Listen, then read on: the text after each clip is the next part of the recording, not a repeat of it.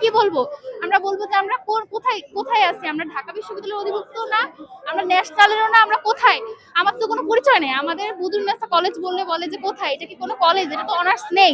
Dhaka medical student পর্যন্ত বলে, আমরা জানি না, আমাদের পরিচয় নাই।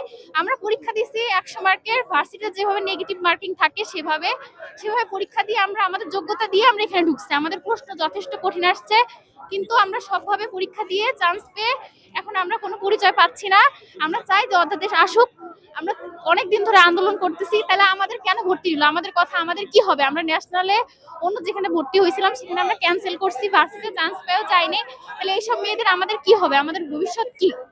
আমরা জানতে চাই সেটা। আর আমাদের অবশ্যই অধ্যাদেশ বারবার জারি করার ডেট দেওয়ার পরেও আমরা কেন পাচ্ছি না?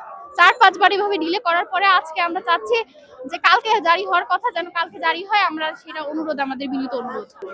আমাদের সরকারের কাছে আমার এই প্রশ্ন যে কেন এইচএসসি 2024-25 ব্যাচ যেটা, তাহলে এই যে 7 কলেজে এরা ভর্তি নিচ্ছে যে সেন্ট্রাল ইউনিভার্সিটির কথা বলে, তাহলে আমাদের কি হবে? আমরা যেখানে ভর্তি হয়েছিলাম তাহলে পুনরায় আমাদের সেখানে ভর্তি করার ব্যবস্থা করুক। আমরা কি করবো? আমাদের পরিচয় কি হবে? আমাদের ব্যবস্থাটা অন্তত তারা করবে। আমরা সেটাই আমাদের সরকারের কাছে দাবি, যদি আমাদের না করে। আর আমরা রাজপথ ছাড়বো না। আমরা জন দুর্ভোগ করতে কোনোভাবেই চাইনি, কিন্তু সরকার তো কোনোভাবে আমাদের দিকে তাকাচ্ছে না। আমাদের কি হবে? এই যে আমরা এইচএসসি 2024-25 ব্যাচ 26 সালে যারা পরীক্ষা দিচ্ছে এবার, তাদেরও পরীক্ষা হয়ে গেছে মেডিকেল বোর্ড সব জায়গা। এখন আমাদের ক্লাসই শুরু করতে পারলাম না। আমাদের ক্লাস টিচাররা নিতে চায় না। এইভাবে অনার্সের পরীক্ষা হলে আমাদের ক্লাস হয় না। এটা তো কোনো ভার্সিটির কোনো পরিবেশ না।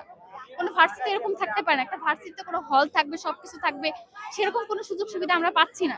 এটা তো অবশ্যই কাম্য না আমাদের।